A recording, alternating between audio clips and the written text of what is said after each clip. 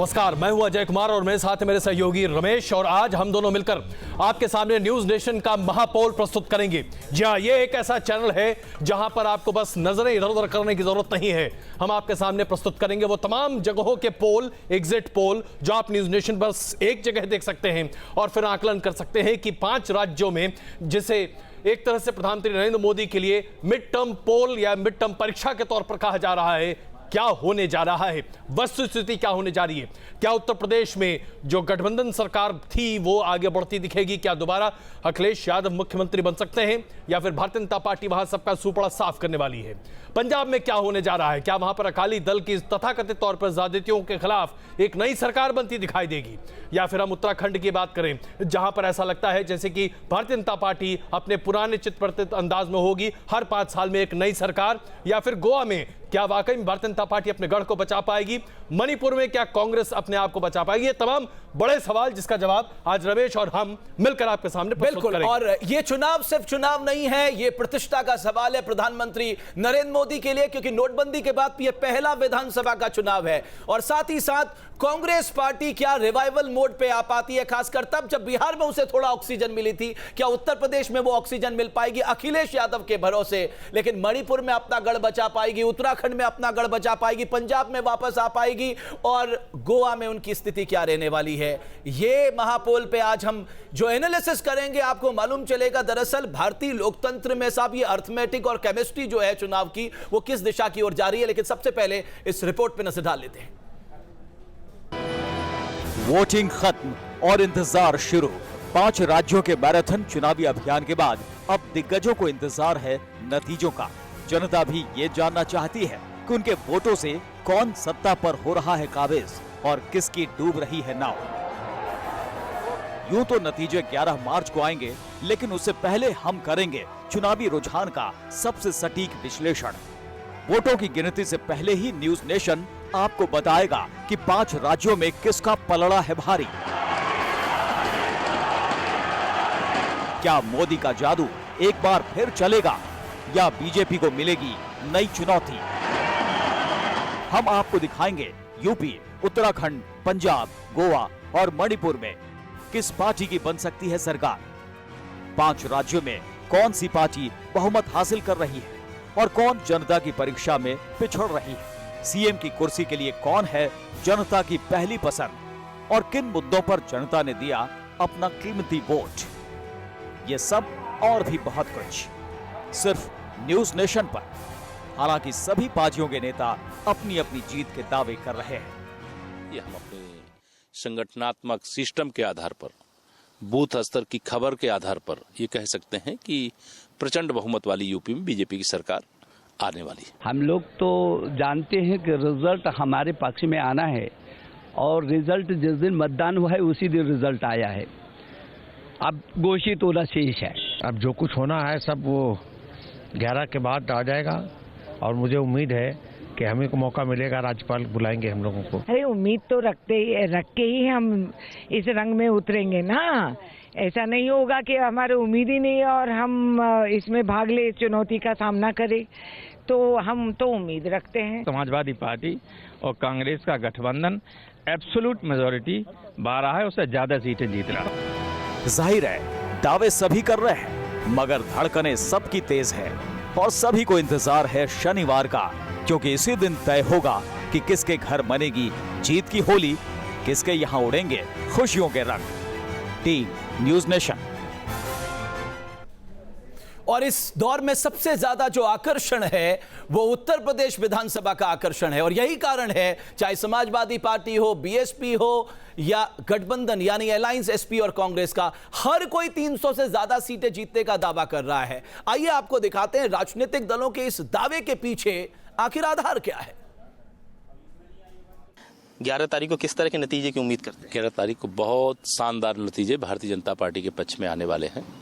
जिस सपा बसपा से यूपी की मुक्ति के लिए हम लोगों ने उत्तर प्रदेश के हित में लड़ाई शुरू की थी, उत्तर प्रदेश की महान जनता ने उसे निश्चित तौर से सफल बनाया है। ये हम अपने संगठनात्मक सिस्टम के आधार पर, बूथ स्तर की खबर के आधार पर ये कह सकते हैं कि प्रचंड बहुमत वाली यूपी में बीजेपी की सरकार आने वाली है। आपके चेहरे से लेकर तमाम बीजेपी की नेताओं के चेहरे पर कॉन्फिडेंस नजर आ रहा है, तो क्या माना जाए 11 तारीख को जब वोटों की गिनती शुरू होगी तो आपका वनवास खत्म हो जाएगा? निश्चित तौर से अब 14 वर्ष का वनवास तो जब भगवान राम का खत्म हो गया तो भाजपा का खत्म क्यों नहीं होगा। हम लोग राम भक्त हैं और यह मानते हैं कि ये वनवास अब समाप्त होगा और उत्तर प्रदेश में एक ऐसी सरकार जो गुंडा राज का अंत करने का काम करेगी, ऐसी सरकार जिसकी प्रतीक्षा वर्षों से उत्तर प्रदेश की जनता को हो, जिसमें कानून व्यवस्था हो, जिसमें विकास का काम ईमानदारी के साथ किया जाए, जिसमें परिवार के लिए और जाति के लिए काम करने की जगह उत्तर प्रदेश के हर नागरिक के लिए काम किया जाए।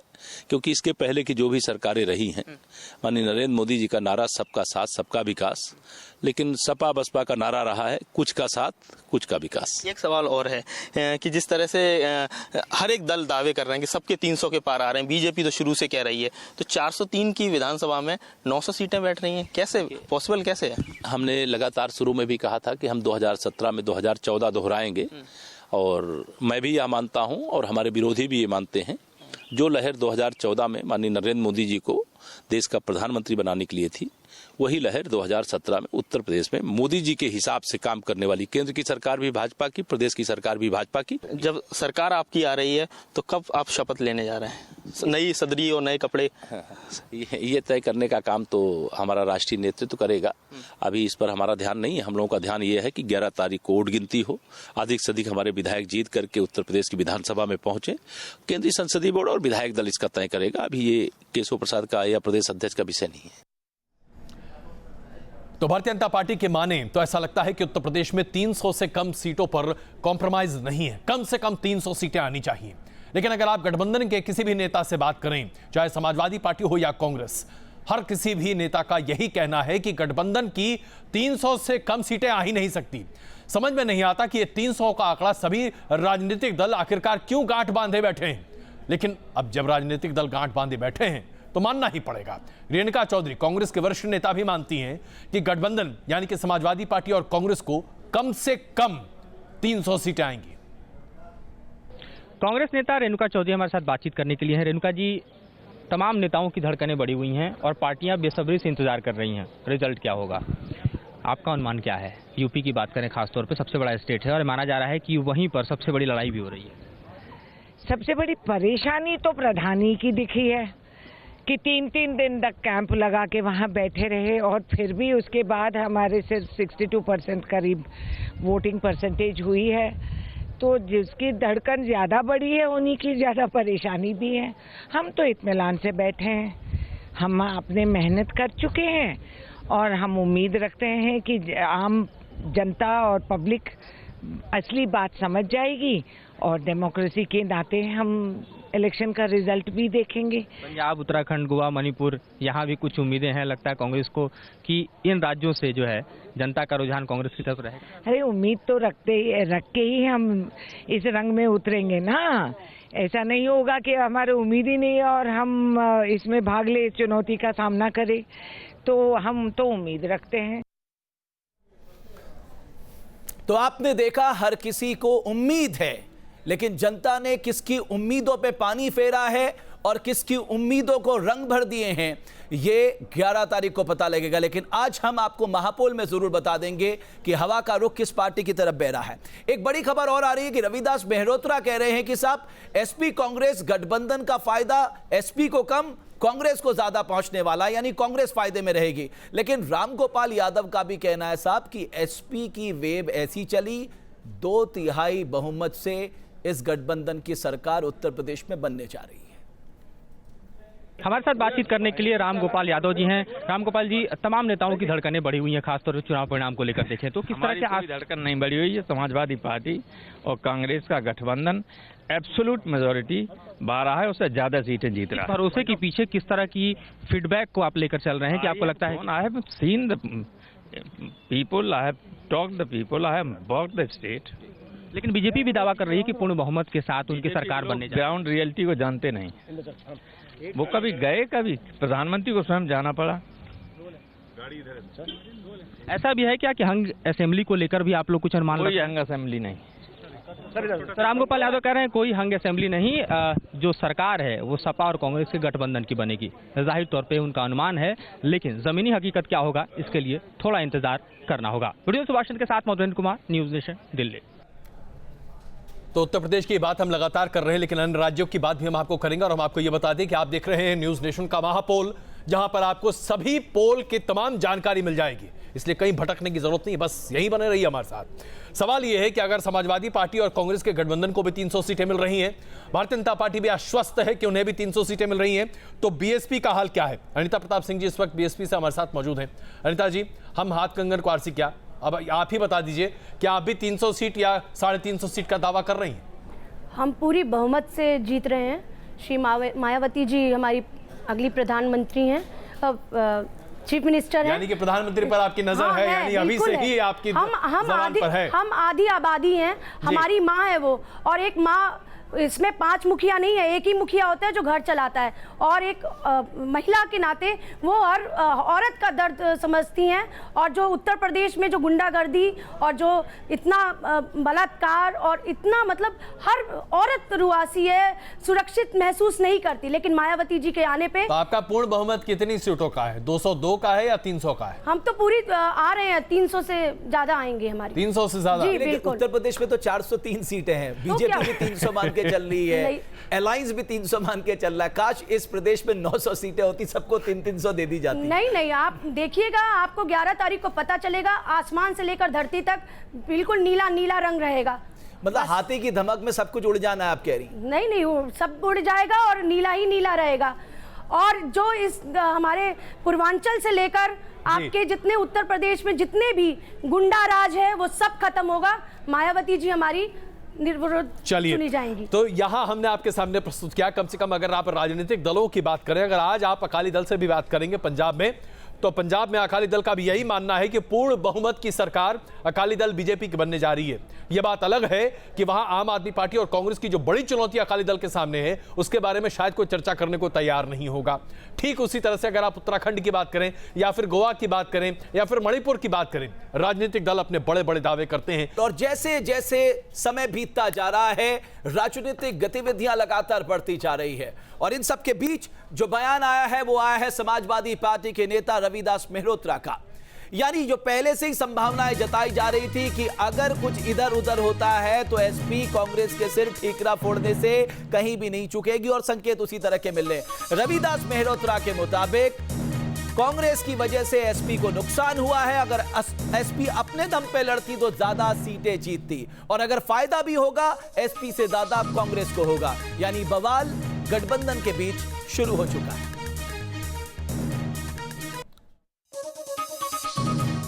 पार्टी में मंथन होगा इस बात के लिए, ये मेरी व्यक्तिगत राय मैंने आपसे कहा है, लेकिन पार्टी के नेता लोग मंथन करेंगे और तब ये आकलन होगा, और तब उसके बाद आगे निर्णय होगा। लेकिन मेरा ये स्पष्ट रूप से मानना है कि समाजवादी पार्टी चुनाव अगर अकेले लड़ती तो अखिलेश यादव जी की पूरे उत्तर प्रदेश में बहुत जबरदस्त आंधी और लहर चलती, और जो सीटें आ रही हैं इससे अधिक बहुमत के साथ अखिलेश यादव जी प्रदेश के मुख्यमंत्री बनते, क्योंकि जनता ये चाहती थी कि अखिलेश यादव जी के मजबूत हाथों में प्रदेश की बागडोर सौंपी जाए। बहुत बड़ी बात कह रहे हैं रविदास मेहरोत्रा जी, और इससे ये बात भी संकेत के तौर पर नहीं बल्कि स्पष्ट तौर पर सामने है कि समाजवादी पार्टी का एक बहुत बड़ा खेमा लगातार कांग्रेस के इस गठबंधन के साथ न खड़ा होकर खिलाफ खड़ा था। अभिलाष खांडेकर जी इस वक्त हमारे साथ मौजूद हैं, वरिष्ठ पत्रकार। अभिलाष जी, जाहिर सी बात है आज इस महापोल में जहां हम 5 राज्यों की बात कर रहे हैं, ज्यादातर तो हम उत्तर प्रदेश पर बात करते रहेंगे, लेकिन मैं आपसे समझना चाहता हूं सर, आप मुझे यह समझाइए कि इस बयान का अभी जबकि एग्जिट पोल की बात हो रही है, क्या मतलब निकाला जाए?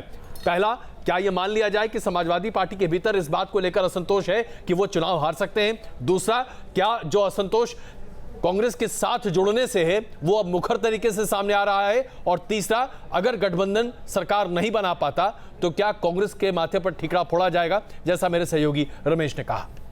देखिए, ये बात तो निश्चित है, ये तो बहुत ही शुरुआती दौर है और एक ही मंत्री का अभी बयान आया है, इसको हम कितनी गंभीरता से लें ये देखना पड़ेगा। लेकिन ये बात निश्चित है कि कांग्रेस और समाजवादी पार्टी पिछले कई सालों से, कई महीनों से, चुनाव के ठीक पहले भी उनकी अनबन चल रही थी और अब यदि उनकी सीट के ऊपर झगड़ा हो रहा है और यदि उनको प्रत्याशित जितनी जीत चाहिए उतनी नहीं मिल रही है सीटों पर, तो निश्चित रूप से बखेड़ा खड़ा होगा और एक दूसरे के सिर ये अपना ठीकरा फोड़ने का प्रयास करेंगे। तो राजनीति का वो है, कहेंगे कि ये हम कांग्रेस के साथ नहीं जाना चाहते थे। इसमें मुलायम सिंह का खेमा भी एक बहुत कुछ नया रोल अपना सकता है। बड़ा जो ये सोचा जा रहा था कि कांग्रेस भविष्य की स्ट्रैटेजी पे काम करी, 2019 को ध्यान में रख के काम कर रही है, तो उसकी तो स्ट्रैटेजी पे पलीता लग जाएगा साहब। निश्चित रूप से स्ट्रैटेजी पलीता लगेगा, लेकिन ये बात ध्यान रखना पड़ेगी कि जो इन लोगों का गठबंधन हुआ था, ये कोई साल भर से इनके ऊपर बातचीत नहीं चल रही थी और कोई स्ट्रैटेजी या सीट बंटवारा इस तरीके से नहीं हुआ था कि जातिगत गणित या पिछले वक्त 2012 के इलेक्शन से उसके हिसाब से कैसे करेंगे। तो ये तो बहुत ही आखिरी में जाकर समझौता हुआ है। तो ये हड़बड़ी का अपॉर्चुनिस्टिक अलायंस है, ये हड़बड़ी का अलायंस है, तो इसमें तो बहुत गड़बड़ियां होने की संभावना थी। मैं जरा पंजाब के बारे में भी चर्चा कर लें, क्योंकि अभी तक हम लगातार उत्तर प्रदेश की चर्चा कर रहे हैं। चरण सिंह सापरा जी कांग्रेस से इस वक्त हमारे साथ मौजूद हैं। चरण सिंह जी, क्या उम्मीद है आपको?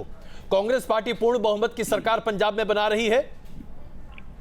जी बिल्कुल, पूर्ण बहुमत की सरकार पंजाब में बनेगी जी, क्योंकि पंजाब के लोगों ने 10 साल भोगा है अकाली दल और भारतीय जनता पार्टी के राज को वहां पर, और जो सारी तकलीफें 10 साल सही हैं जी, जिस रूप से आर्थिक रूप से पंजाब जो पीछे गया है और जिस तरह से युवा पीढ़ी वहां पर बर्बाद हुई है, ये तमाम सारी बातों को देखते हुए लोगों ने निश्चित रूप से कांग्रेस पार्टी, जिन्होंने जब कैप्टन अमरिंदर सिंह मुख्यमंत्री रहे थे, उन्होंने एक अच्छा वहां पर डेवलपमेंट करा था, बहुत सी इंडस्ट्री आई थी। कितनी सीटें आएंगी आपके हिसाब से कांग्रेस को? मैं सीधे पूछ रहा हूं, कितनी सीटें आएंगी आपके हिसाब से? कांग्रेस को कम से कम 55 और 65 के बीच में सीटें आएंगी। कहीं ऐसा तो नहीं सापरा साहब की, क्योंकि 2012 में जब आप बाइपोलर चुनाव नहीं जीत पाए साहब, यहां तो मल्टीपोलर चुनाव है, आपका खेल बिगाड़ देगी?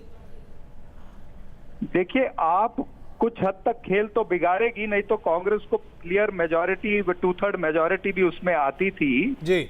मालवा के अंदर जरूर कुछ ना कुछ खेल बिगाड़ेगी, लेकिन उतने स्तर तक नहीं जा पाएंगे, क्योंकि जो एक्चुअल मुद्दे थे, जिस तरह से पंजाब का मुख्यमंत्री कांग्रेस पार्टी ने जाहिर करा था, आम आदमी पार्टी मुख्यमंत्री जाहिर नहीं कर पाई। फिर वो मुख्यमंत्री, तो यानी आपको इस मैं तारीफ करता हूं सापरा जी, आप बड़ी बेबाकी से कह रहे हैं कि हाँ, आम आदमी पार्टी आपको नुकसान पहुंचाएगी। प्रेम सिंह चंदूमाजरा जी अकाली दल से इस वक्त हमारे साथ मौजूद हैं। चंदूमाजरा जी, अकाली दल और भारतीय जनता पार्टी गठबंधन को आप अपने हिसाब से कितनी सीटें देने की उम्मीद कर रहे हैं? देखिए, पंजाब में सरकार अकाली दल बीजेपी की आएगी, क्योंकि जो ट्रायंगुलर फाइट पहली बारी हो रही है पंजाब में जी, और इस ट्रायंगुलर फाइट का सीधे रूप में अकाली दल को लाभ होगा, कोई रोक ही नहीं सकता। तो कितनी सीटें आ जाएंगी? आपकी 56 सीटें थी पिछले बार में, तो इस बार आप 56 से ज्यादा हैं या कम रहेंगे? इस बार ज्यादा होंगे, क्योंकि पहली बार ट्रायंगुलर फाइट है जो anti incumbency vote of vertical division में होगी, और जहां विकास की बात ये कहते थे। और बीजेपी 12 से ज्यादा होगी या 12 से कम होगी? बीजेपी भी जितनी पिछली बार से उसने ही रह जाएगी। कांग्रेस वाले जो है जी, एक तो ये क्या मोदी वेव का फायदा मिलेगा आपको? बनाई, कितने फ्लाईओवर बनाए इन्होंने, और युवा को जितना बदनाम किया इन्होंने, तो युवा अकाली दल बीजेपी के साथ हुआ, उनको गलत ब्लेम लाकर उनको बदनाम किया पंजाब के। तो ये मोदी की लहर की वजह से आप जीतेंगे? देखिए, हम अपने विकास, जो पंजाब सरकार, अकाली दल बीजेपी बादल सरकार ने जो काम किया, ये बड़ी महत्वपूर्ण बात यहाँ पर निकल आई है। आप दोनों का बहुत धन्यवाद इस चर्चा में शामिल होने के लिए, और हम तुरंत वापस आ रहे हैं। हम अपने दर्शकों को ये बता दें, आप देख रहे हैं न्यूज नेशन पर यह महापोल, जहां तमाम पोल का निचोड़ आपके पास होगा, और आप बस एक चैनल देखते रहिए और आपको आकलन हो जाएगा कि 5 राज्यों में क्या होने जा रहा है। क्या मोदी वेव वाकई में 5 राज्यों में दिखाई देगा या नहीं, यह है टके का सवाल।